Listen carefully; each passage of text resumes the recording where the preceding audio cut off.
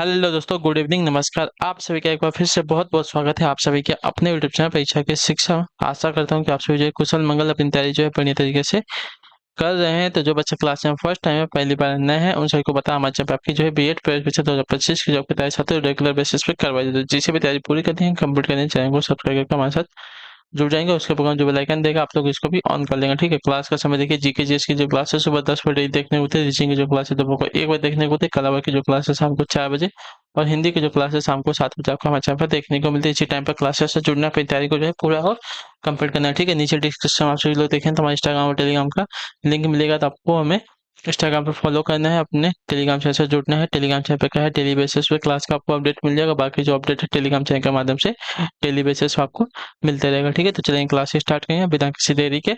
Start करने से पहले सभी से रिक्वेस्ट है कि जिसने अभी तक देखिए क्लास को लाइक नहीं किया तो क्लास को लाइक भी कर दिए, क्लास को अपने दोस्तों के साथ शेयर कर दीजिए। जिसने अभी तक चैनल को सब्सक्राइब नहीं किया, चैनल को जो है सब्सक्राइब कर लीजिए अगर आपको अपनी तैयारी पूरी करनी है तो। 51 नंबर क्वेश्चन है, सामान्य संतुलन सिद्धांत किसने प्रतिपादित किया था? इसका राइट आंसर क्या हो जाएगा?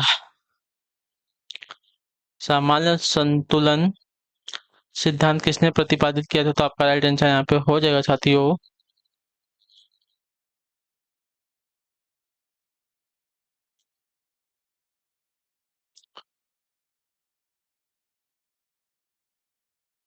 लियोन वॉलरस ने। ऑप्शन नंबर जो बी दिया गया आपका राइट आंसर हो जाएगा। ठीक है, क्लियर है।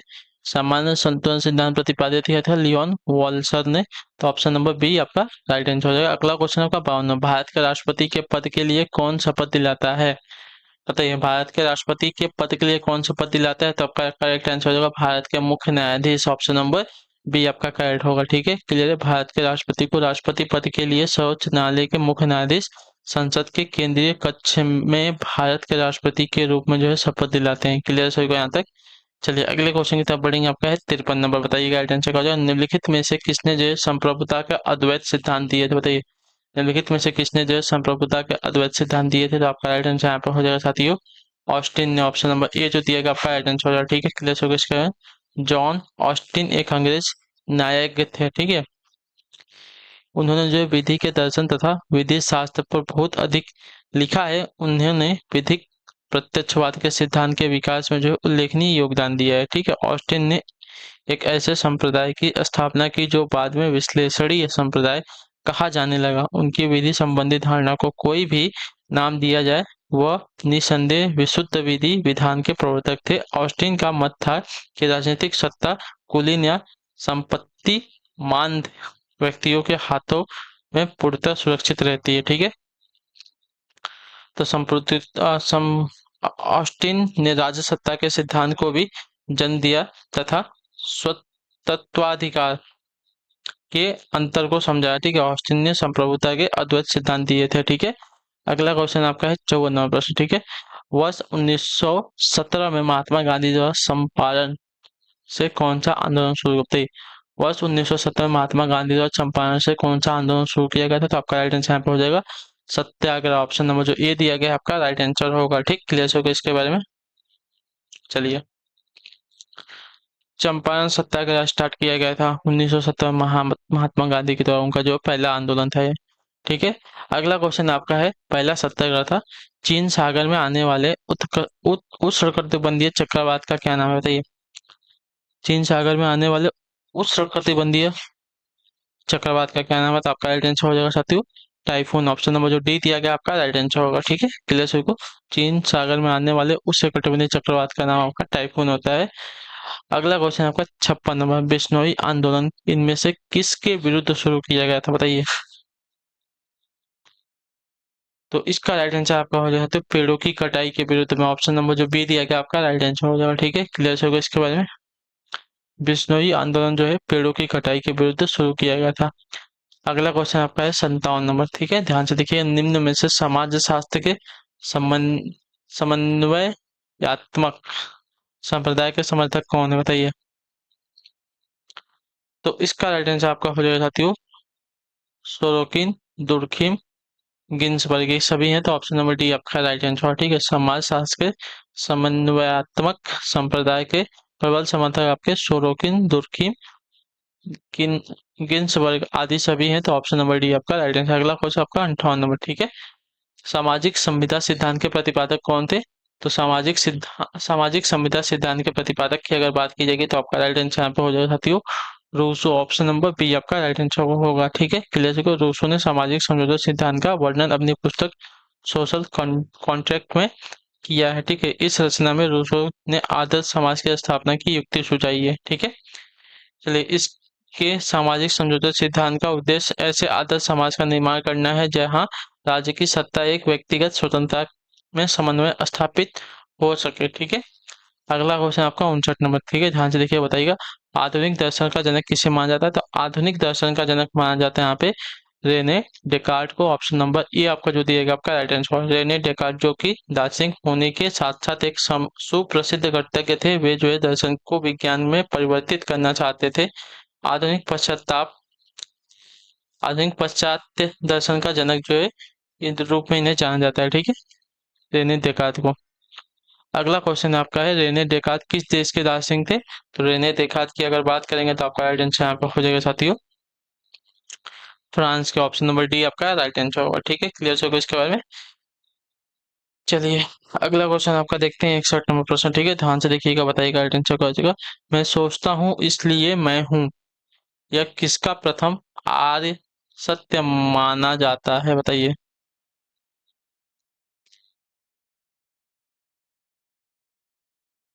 मैं सोचता हूँ इसलिए मैं हूँ, यह किसका प्रथम आर्य सत्य माना जाता है?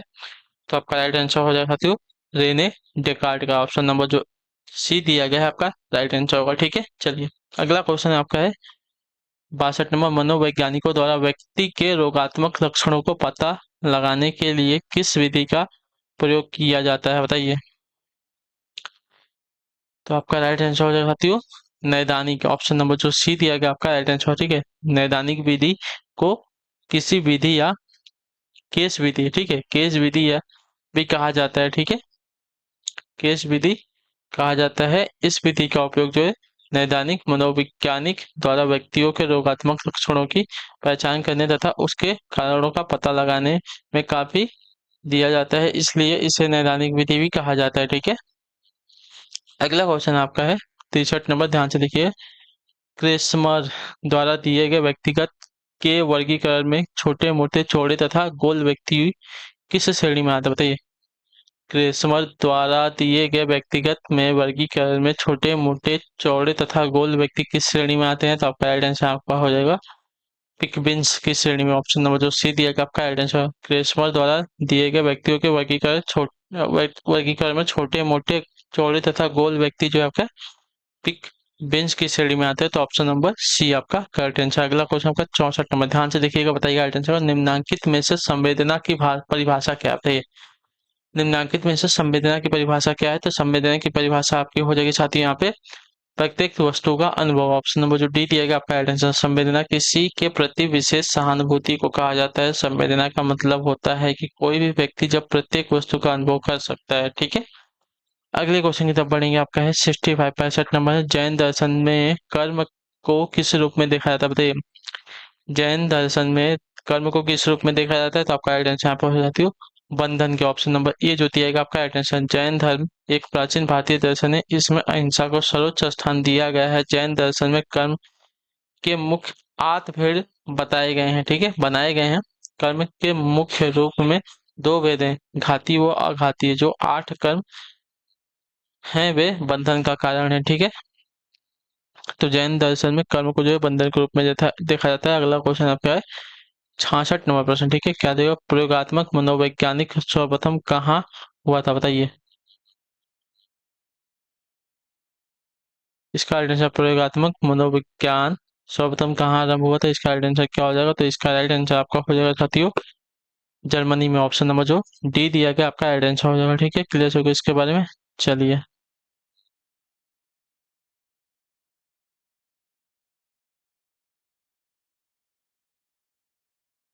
प्रयोगात्मक मनोविज्ञान सर्वप्रथम आपका कहाँ आरंभ हुआ था? तो जर्मनी में। ठीक, क्लियर है यहाँ तक। चलिए, अगले क्वेश्चन की तरफ पढ़ेंगे, ध्यान से देखेंगे। आपका है 67 नंबर 67। बुद्ध ने अपना पहला उपदेश कहाँ दिया था? तो आपका राइट आंसर यहाँ पे हो जाएगा सारनाथ में। ठीक है, ऑप्शन नंबर बी आपका राइट आंसर होगा। ठीक है, महात्मा बुद्ध का जन्म आपका 623 ईसा पूर्व लुम्बिनी में हुआ था, नेपाल में। और इन्होंने अपना प्रथम उपदेश जो आपका सारनाथ में दिया था। ठीक है, अगला क्वेश्चन आपका 68 68 नंबर, कुंभ मेला और अर्ध कुंभ क्रमशः प्रत्येक रिक्त स्थान पर लगते हैं। तो कुंभ मेला जो है प्रत्येक 12 वर्षों पर और अर्ध कुंभ जो है आपका प्रत्येक 6 वर्षों पर लगता है। ठीक है, तो ऑप्शन नंबर ये आपका करेक्ट आंसर हो जाएगा। ठीक है, क्लियर सभी को इसके बारे में। चलिए अगला आपका 69 69 नंबर, असहयोग आंदोलन कब वापस ले लिया गया था। तो असहयोग आंदोलन आपका वापस ले लिया गया था साथियों आपका फरवरी 1922 में। ठीक है, ऑप्शन नंबर ए आपका करेक्ट आंसर हो जाएगा। असहयोग आंदोलन की शुरुआत आपकी 1 अगस्त 1920 को हुई थी। दुर्भाग्य से इसी दिन जो है बाल गंगाधर तिलक का जो है निधन भी हो गया था। 5 फरवरी 1922 को जो है चौरी चौरा नामक स्थान पर हिंसा होने के कारण जो है महात्मा गांधी ने इसे जो है स्थगित कर दिया था। ठीक, अगला क्वेश्चन आपका 70 नंबर प्रश्न। ठीक है, ध्यान से देखिएगा, बताइएगा सही उत्तर क्या हो जाएगा। किस स्वतंत्रता सेनानी को जो है लोकमान्य की मानद उपाधि दी गई थी। तो आपका राइट आंसर हो जाती हो बाल गंगाधर तिलक को। ठीक है, बाल गंगाधर तिलक को जो है लोकमान्य की उपाधि दी गई थी। तो ऑप्शन नंबर जो सी दिया गया है आपका यहाँ पे करेक्ट आंसर हो जाएगा। ठीक है, लाला लाजपत राय को जो है पंजाब केसरी की उपाधि दी गई थी। दादा भाई नौरोजी को जो है भारत का वयोवृद्ध यानी कि grand old man of the India की उपाधि दी गई थी। और राजेंद्र प्रसाद को जो है देश रत्न तथा अजात शत्रु की उपाधि दी गई थी। ठीक है, चलिए अगले क्वेश्चन की तरफ बढ़ेंगे। आपका 71 नंबर। ठीक है, बताइएगा अटेंशन का, महात्मा गांधी ने किस आंदोलन के लिए जो है करो या मरो का नारा दिया था। तो इसका राइट आंसर आपका हो जाएगा भारत छोड़ो के लिए। ठीक है, ऑप्शन नंबर बी आपका करेक्ट आंसर। भारत छोड़ो आंदोलन की शुरुआत आपकी 8 अगस्त 1942 को हुई थी तथा इसी दिन जो है महात्मा गांधी ने करो या मरो का नारा दिया था। ठीक है, डू और डाई। अगला आपका 72 नंबर। ठीक है, बताइए।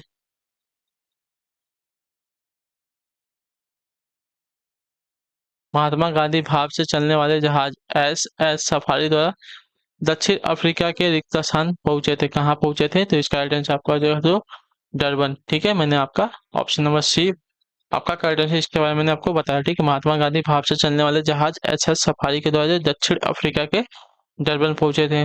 यहाँ वे वर्ष 1893 में दादा अब्दुल्ला का केस लड़ने के लिए गए थे। ठीक है, गांधी जी ने 1904 में यही जो है फिनिक्स आश्रम की स्थापना की थी। ठीक है, अगले क्वेश्चन आपका 73 नंबर। ठीक है, रविन्द्रनाथ टैगोर ने किस नरसंहार का विरोध में जो है नाइटहुड की उपाधि को लौटा दिया। तो बताइए रविन्द्रनाथ टैगोर ने किस नरसंहार के विरोध में जो नाइटहुड की उपाधि को लौटा दिया था। तो आपका राइट आंसर जलियांवाला बाग नरसंहार के ऑप्शन नंबर ए आपका करेक्ट आंसर। ठीक है, क्लियर। जलियांवाला बाग नरसंहार 13 अप्रैल 1999 को हुआ था। ठीक है, रॉलेट एक्ट के अंतर्गत गिरफ्तार किए गए डॉक्टर सुफैदुद्दीन चिकलू तथा सत्यपाल की गिरफ्तारी का विरोध करते भीड़ पर जनरल डायर ने अंधाधुंध गोलियां चलवा दी थी।